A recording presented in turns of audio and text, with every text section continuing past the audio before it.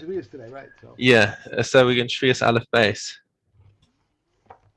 okay, okay, Aleph, beast, right here. Okay, what constitutes an orchard? Wherever there are three trees to a betzah, if they can yield a cake of pressed figs of 60 Italian mana, the entire betzah may be plowed for their sake. If less, then no more than the space occupied by a gatherer and his basket beside him may be plowed.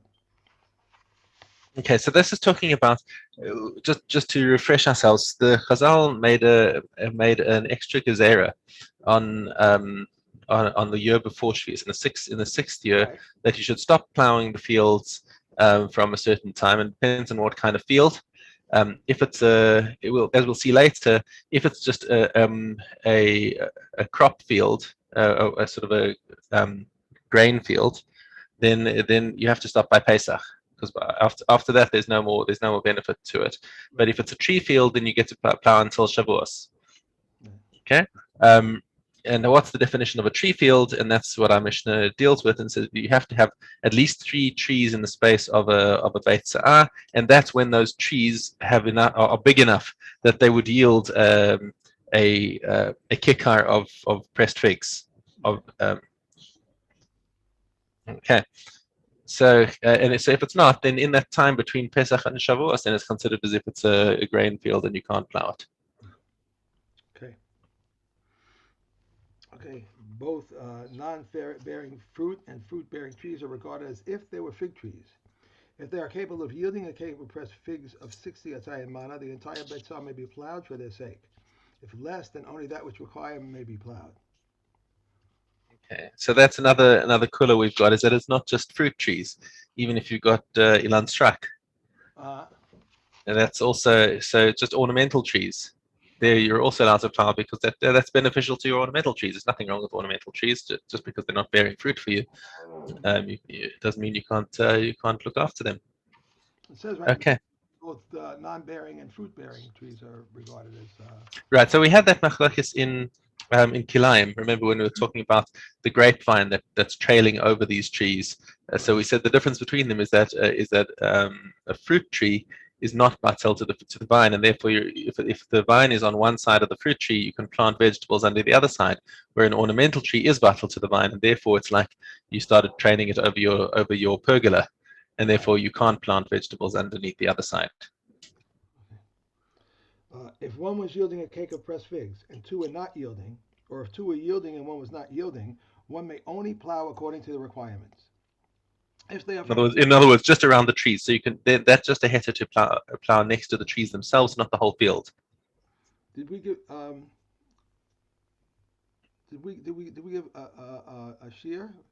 If there are 3 to 9, that's the shear really. But all right. If there are from 3 to 9, there are 10 or more than 10. Then whether they yield or not, the entire Beit Sal may be plowed for their sake, as it is written, in plowing and in harvest you may rest, since it is unnecessary to state plowing and harvesting in the Sheviis. It refers to plowing and harvesting in the year preceding, which enters into the 7th year, and to harvesting at the end of the 7th year, which extends into the year after the 7th. Reb Yishmael says, just as plowing is optional, so also is harvesting optional, which excludes the harvesting of the Omer. So he's saying that the katsir omer, since this is a katsir of a mitzvah, it's mutar even on Shabbos. Mm-hmm. Mm-hmm. Uh, but we will see more about that in Moed Katan, about the this Tosefis the Tosefis Sheviis is um, that according to Rabbi Ishmael, the Isra of Tosefis Sheviis is a halacha l'Moshe Sinai, which means it's actually deraisa. Uh-huh. Um, anyways, um, let's go on. Mishnah Hay. Right. 3 trees which And bear. no, this is me now. That's you. That's you. Right. Yeah. Okay. Shlosha ilanos shel shlosha anashim. So remember we said that if you have 3 trees in the Beit Sa'ah that are of the requisite size, then you're allowed to plow the whole Beit Sa'ah, not just around the trees. Okay, during this period between Pesach and Shavuos.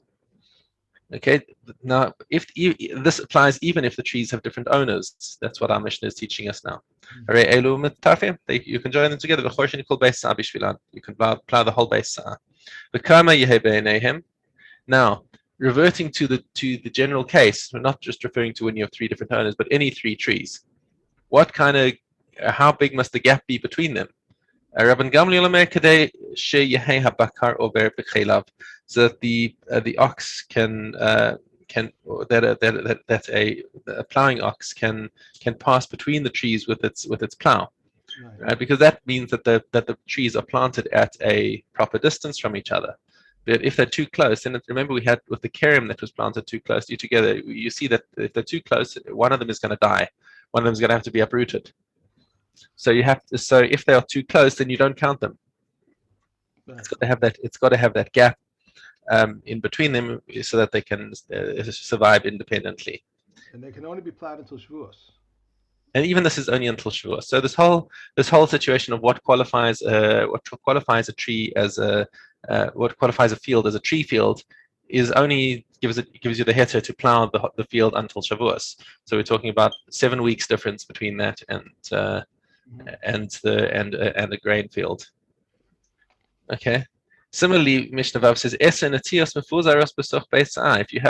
if you have 10 saplings scattered around a Beis Sa'ah, Korshin kol Beis Sa'ah b'shvilan ad Rosh Hashanah. Says, but this is an even bigger heter because saplings are young and fragile. Chazal suspended this whole din of Tosefes Sheviis for them, and they said you're allowed to plow that field the whole year and to keep it the soil loose and the water able to penetrate, because that will keep your saplings alive. Okay, so just to reiterate the different heterim for plowing. One is if you've got 3 trees. Right.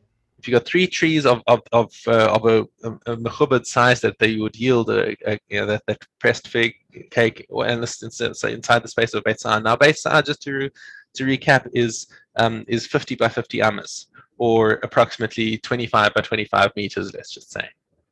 And it doesn't matter whether they're owned by one person or 3. Doesn't matter whether they're owned by one person or 3.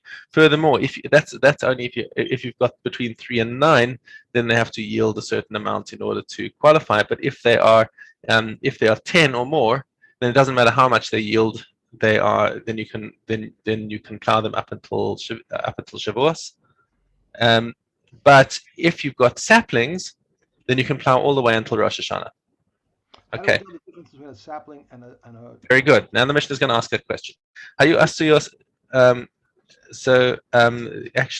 we're not going to get to it today. It's going to be in tomorrow's Mishnah. What's the definition of a sapling? But we'll get there. Our Mishnah Vav continues. Hayu asuyos ashura umakufos atara. If they're planted in a row and they're surrounded by a fence. Okay. Ein chorshin lahim elatorkan. So hold on, I actually read this the wrong way. I'll show you kapos. So if they were not scattered around the field, in other words, so it was they were standing in a row close to each other, or they were surrounded by a fence around them. And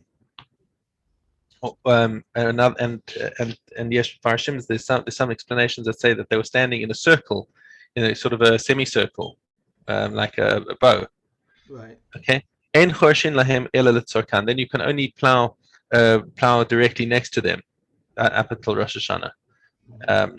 And the width of the basically it says Kamalo or Avasalo, like or Avasalo, the guy who's attending to them and his basket. Okay, so the rest of the shetach is like a grain field. So because they are concentrated in one patch, you don't get a heter to plow the whole field. You only have a heter to plow the whole field when they're scattered around the whole field. Okay. Right, Mishnah Zion. Sorry, are you okay with this? Okay. You good? Okay. Mishnah Zion. Hanatios v'hadiluin mitztarfim nesoch Beis Sa'ah. So not only that, but saplings and gourds are also joined together to make the number of 10. It's that magic number of 10 that allows you to plow until Rosh Hashanah. Okay. The Yerushalmi explains that dafka. This is if the saplings are the majority. So if you've got six saplings and four gourds, then you're allowed to plow the whole field all until Rosh Hashanah. Rabban Shimon ben Gamliel Omer kol asara deluim lebeis sa'ah choreshin kol beis sa'ah ad Rosh Hashanah. He said Rabban Shimon ben Gamliel takes it even further. He says that even if you just have 10 gourds in a Beit Sa'ah, you're allowed to plow the whole Beit Sa'ah until Rosh Hashanah. And the halacha apparently does follow Rabban Shimon ben Gamliel. And they're talking about Greek gourds here because Yeah, the Greek gourds. gourds. That's right. The Yerushalmi explains it's talking about the Greek gourds, which is as big as a sapling. Okay. Okay. All right. Chazara Kilayim Zayin Hay. All right. Okay.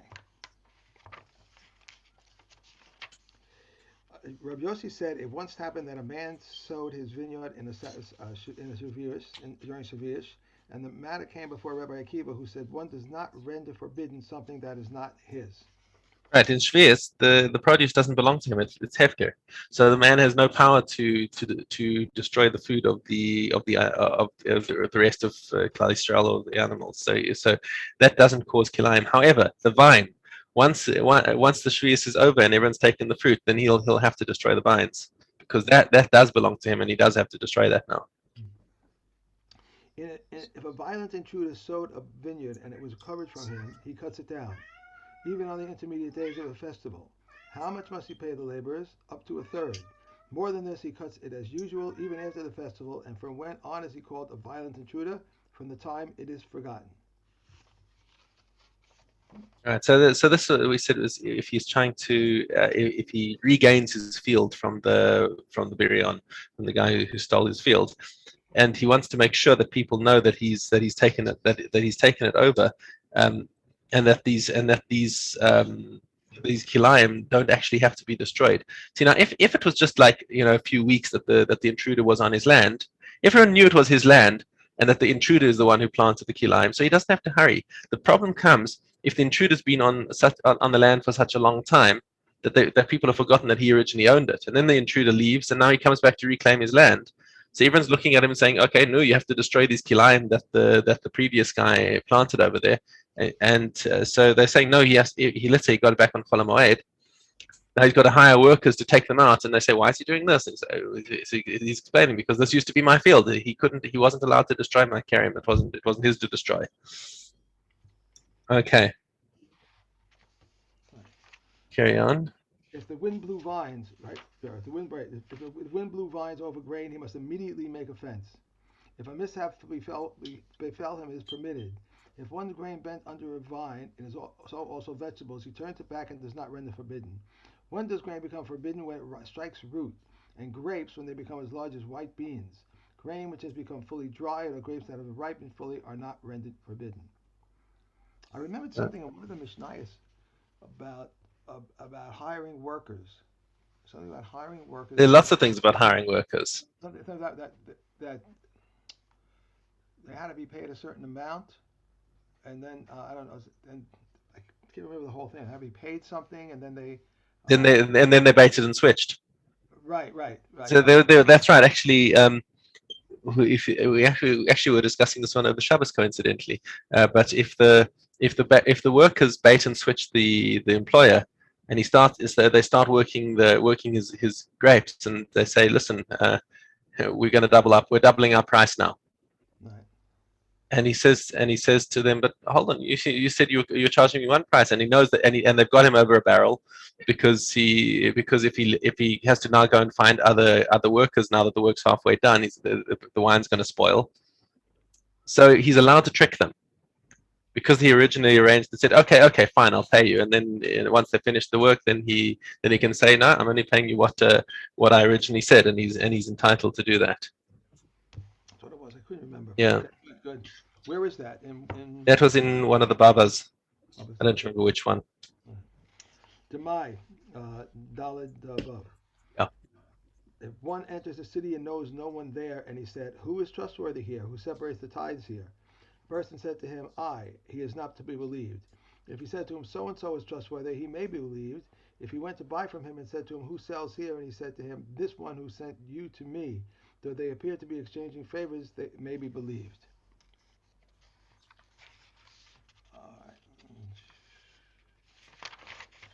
right. If donkey drivers entered a city and one said, "Mine is new, but my friend is old. Mine is not tied, but my friend is tied," they are not believed. But Yehuda says they are believed. Right, and this is what we call gomlin, where we suspect that they're busy scratching each other's backs and they've got a little conspiracy going. If one buys from a baker, how does he tithe? He takes a quantity sufficient for truma and meiser and challah and says, 1/100th of this on this side is meiser, and the rest of the meiser adjoins it. That which I added meiser is rendered truma meiser on it, and the rest is challah. And meiser shiny in the north and or the south of it, and it is redeemed with money. Okay. Right, Okay. machshir.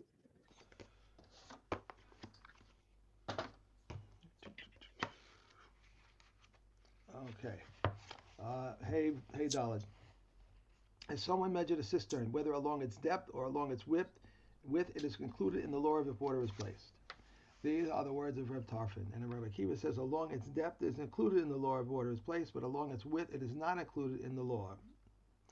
If one stretch out his hand, his foot, or his reed into a cistern to ascertain whether it contains water, it is not included in the law. To ascertain how much water it contains, it is included in the law. If he threw a rock into the cistern to ascertain whether it contains water, the water that splashes is not included in the law of water is placed, and that which is on the stone is tahor. If someone beats on a hide, if it was outside the water, it is included in the law, and if it was inside the water, it is not included in the law. If Rabbi Yossi says even if it was inside the water, it is included in the law, since his intention is that it should merge together with the dirt. Right. In general, the rule that we're following here is anything where it was inevitable that you were going to get your hand wet or get the object wet, um, then it's called b'chiyutan because you knew when you were doing it that you were certainly going to get wet, and therefore there's intention to displace the water, and that water now goes into produce. It's b'chiyutan. But if it wasn't inevitable, then you can say you didn't have intention to get wet, and therefore it's not b'chiyutan. The water Okay, that comes. that's we're done with those, I think. No, I don't think. I thought. Up to above, yeah, Yeah.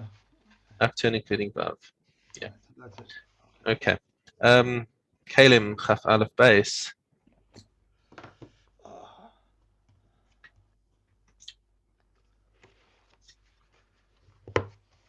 One who touches the yoke, the crossbar, the collar, or the beam, even while they are in use, is tahor. One who touches the handle, the borek, or the guide is tame. And we said the borek is the that curved part. It looks like almost like a sickle. Looks like a sickle. That's Yeah, the plowing. One who touches the metal ring, the collars, or the mold boards is tame. And Rabbi Huda rules tahor regarding the coulters, since their purpose is only to increase the amount of dirt. Rabbi Yehuda, oh, sorry.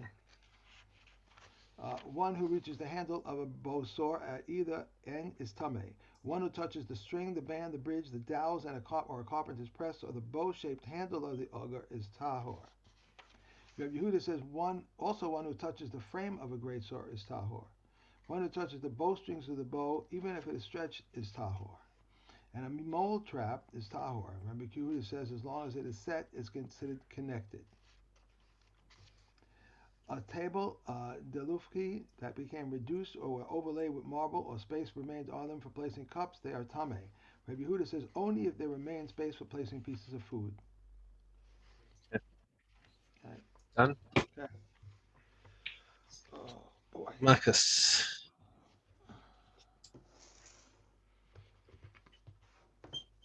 All right.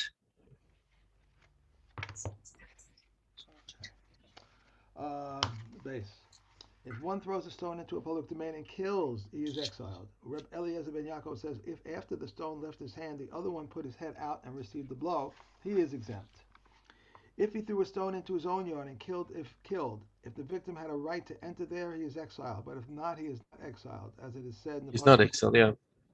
Right, and whoever comes with his fellow men into the forest, it must be like the forest, which is a place into which both the victim and the assailant have permission to enter. This excludes the courtyard of the household in which the victim and the assailant may not both enter. Abba Shaul says it must be like chopping wood, which is an optional act. This includes the father who hits his son, and the teacher who chastises his pupil, and the agent of the court. So if those people overstep their boundaries and accidentally kill somebody while they are disciplining them, then they do not get galus, because they're engaged in a mitzvah, not in a rishus. Don't tell your kids that. Oh yeah. A father is exiled as a result of his son, and a son is exiled as a result of his father. All are exiled as a result of the Israelite, and Israelites are exiled as a result of them, and with the exceptions of a resident alien. A resident alien is exiled only as a result of a resident alien. A blind person is not exiled, but these are the words of Rabbi Yehuda, and Rabbi Meir, however, says he is exiled. An enemy is not exiled. Rabbi Yossi ben Yehuda says an enemy is executed because he's considered forewarned. Rabbi Shimon says some enemies are exiled and some enemies are not exiled. This is the rule. Anyone concerning whom it can be said that he killed intentionally is not exiled. But if it is clear that he killed unintentionally, he is exiled. So the enemy is, if it's possible here that there was intention to kill, then exile's too good for him. He doesn't get a kapara. It's only a kapara for somebody who was careless, not somebody who was probably intending to kill the person. Where are they exiled? To the cities of refuge, to the three on the other side of the Jordan, and the three in the land of Canaan. It is said, the three of the cities you shall place on the other side of the Jordan, and three of the cities you shall place in the land of Canaan. As long as the three in Eretz Israel are not yet chosen, the three on the other side of the Jordan do not afford refuge, as it is said, there shall be 6 cities of refuge until all 6 of them afford refuge simultaneously. Right, so they don't start working until all of them are working, and that's really just the halacha between when Moshe had already designated the three on the east side of the Jordan, Right. so, but they only started functioning once the ones on the west side of the Jordan were functioning. But we had more cities. We had what, 42 or something. The Levite cities you're thinking of. Right. The Levite cities they also functioned as refuge cities, but there were some nafkaminas as we actually see in the Mishna. If an animal is dangerously ill, one may not slaughter it unless there is enough time during the day to eat an chazayas of roasted meat. Rabbi Kiva says even an chazayas raw meat from the place of the incision. If he slaughtered it in the field, he may not bring it from the field to the house on a pole or on a litter, but he may bring it in his hand limb by limb. If a firstborn fell into a pit, Rabbi Yehuda says an expert may go down and look at the blemish. If the expert finds it has a blemish, he may bring it up and slaughter it, but if not, he may not slaughter it. And Rabbi Shimon says, in any case where the blemish was not detected before Yom Tov, it is not considered to be prepared. Right. So Rabbi Shimon's point over here is that in order to shecht an animal on Yom Tov, you have to have designated it before Yom Tov as an animal that you're planning to eat. Right. So the Bechor, now the Kohen's got this Bechor over here, and he can't shecht it until it's got developed a mum. Okay. So before Shabbos, if you didn't see that it had a mum, then his mind was never on it, and therefore, even if it develops a mum on Shabbos, then you can't shecht it not on Shabbos, on Yom Tov. Even if it develops a mum on Yom Tov, you cannot shecht it on Yom Tov, and the halacha follows Rabbi Shimon on this. You have to wait till after Yom Tov to shecht it. That's it. The mum has to have been known about before Yom Tov, so that you could say, I'll shecht this one on Yom Tov. If an animal died, one may not move it from its place, and there was an incident, and they asked Reb Tarfon about this matter, and called Chala, and about Chala, which had contracted tumor contamination. He entered the house of study and asked, and they said to him, he may not move them from their place. Right, they become muktzah. Right. Once they yeah. Okay. That's it. Thank you very much. Pleasure very much. Thank you. Tomorrow, Mr. Shem. Shavua Tov. Shavua Tov.